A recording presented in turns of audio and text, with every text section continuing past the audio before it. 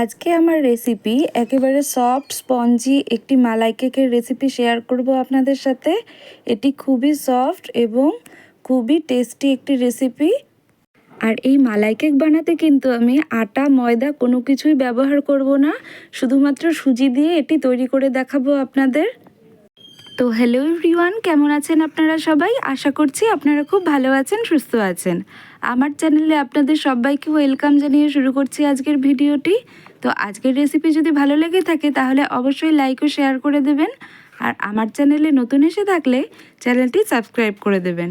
শুরু থেকে শেষ পর্যন্ত ভিডিওটি দেখার অনুরোধ রইল। ঘরে থাকা খুব সামান্য উপকরণে আপনারাও এই ডেজার্টটি কিন্তু বাড়িতে তৈরি করে নিতে পারবেন।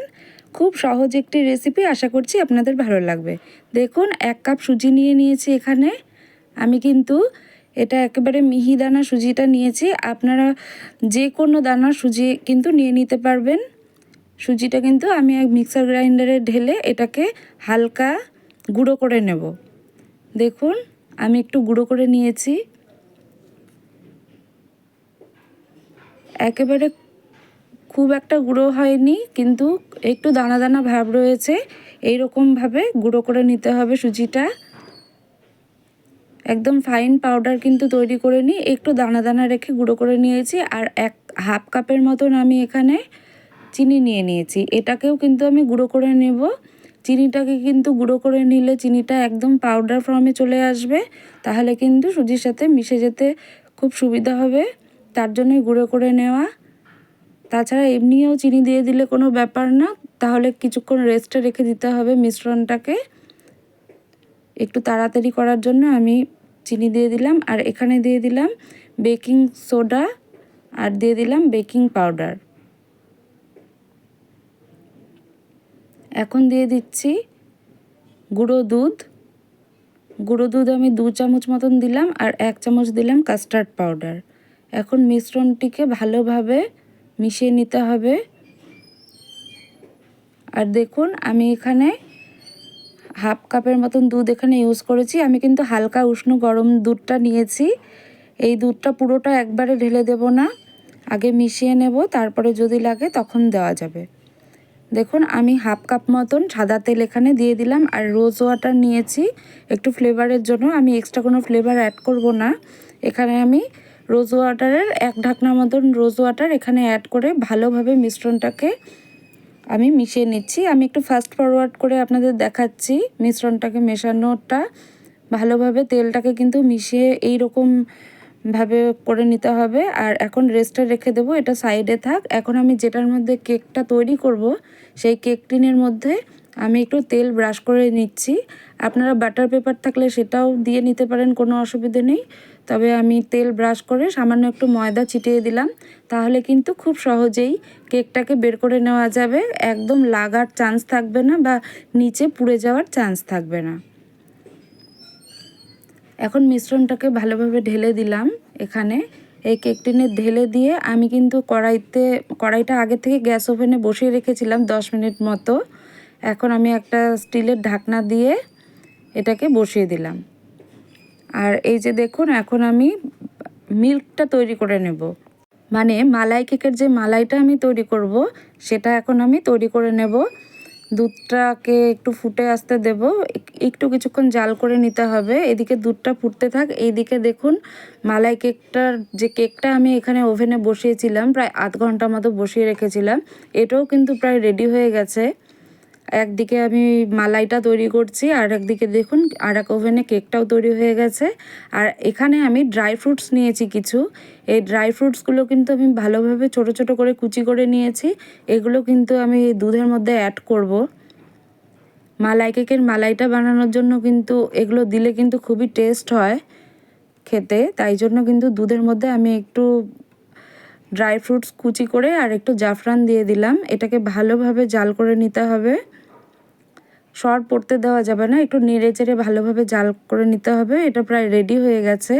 এখন আমি এটাকে ঢাকা চাপা দিয়ে রাখবো। আর চলুন দেখা যাক কেকটা কি পর্যায়ে চলে এসেছে। কেকটাকে কিন্তু আমি নামিয়ে নিয়ে এসেছি, আমি প্রায় আধা ঘন্টা আগেই নামিয়ে নিয়েছি একটু ঠান্ডা করে। আমি কেকটাকে কেক টিন থেকে দেখুন একেবারে কিন্তু পারফেক্টভাবে বার হয়ে গেছে কেকটা। কোনো রকম কোনো পুড়েও যায়নি, খুব ভালোভাবে বেক হয়েছে, একেবারে সফটভাবে বেক হয়েছে কেকটা। দেখুন আমি একটু একটা সাইড আপনাদেরকে কেটে দেখাচ্ছি ভেতরটা কতটা সফট হয়েছে কেকের। দেখুন এইরকম টেক্সচারে কিন্তু হয়েছে, একদম সফট আর স্পঞ্জি হয়েছে কেকটা। এটা যে সুজি দিয়ে তৈরি করেছি কেউ কিন্তু দেখলে বুঝতেই পারবে না। দেখুন ঘরে থাকা খুব সামান্য উপকরণে কিন্তু এই ডেজার্টটি আপনারাও তৈরি করে নিতে পারবেন। কি সুন্দর সুজি দিয়েই তৈরি হয়ে গেল কেকটি। আর খুব সহজ একটি রেসিপি আপনাদের সাথে শেয়ার করছি। আপনারা চাইলে কিন্তু আপনারাও বাড়িতে এইভাবে তৈরি করে নিতে পারবেন এই মালাই কেক। আর বাড়িতে তো ছোটোখাটো যে কোনো অনুষ্ঠান আমাদের হয়েই থাকে, এখন তো যে কোনো অনুষ্ঠানেই কেকটা এখন মানে মাস্ট হয়ে গেছে আর কি। আপনারা কিন্তু বাজার থেকে না কিনলেও বাড়িতেই কিন্তু এভাবে কেক তৈরি করে নিয়ে সেই অনুষ্ঠানের সামিল করতে পারেন। আর দেখুন আমি এটাকে ভালোভাবে কেটে নিচ্ছি। যা এখন আমি এর উপরে মালাইটা যেহেতু দেব, কেকটাকে এইভাবে কেটে নিলে কি হবে, ভালোভাবে মালাইটা এটার ভেতরে যাবে। একটা পিস আপনাদেরকে আমি দেখাচ্ছি, দেখুন চারিদিকটা কতটা ভালোভাবে এটাকে বেক করে নিয়েছি আমি। কোনো কিন্তু মানে ভালোভাবে এমনভাবে বেক হয়েছে, একেবারেই কিন্তু শক্ত হয়ে যায়নি, সফট হয়ে গেছে। আর এই মালাইটা দেখুন আমি হালকা একটু ঠান্ডা করে নিয়েছি। আর এই মালাইটা কিন্তু আমি এই কেক টিনের মধ্যেই আমি এটাকে সার্ভ করছি, যেহেতু এখানেই আমি মালাইটাকে আস্তে আস্তে করে পুরোটা ঢেলে দিচ্ছি। কিছুক্ষণের মধ্যেই দেখবেন, যেহেতু আমি কেকটাকে কেটে কেটে নিয়েছি, কিছুক্ষণের মধ্যেই কিন্তু এই মালাইটা কেকটা টেনে নেবে।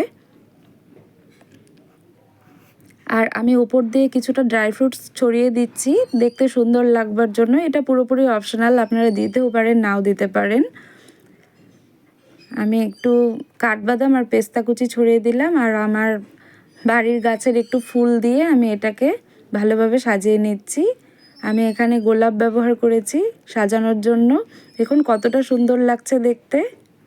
যারা বাড়িতে কোনো রকম কেক বা ডেজার্ট তৈরি করেননি তারাও কিন্তু 10 থেকে 15 মিনিটের মধ্যে এই ডেজার্টটি তৈরি করে নিতে পারবেন।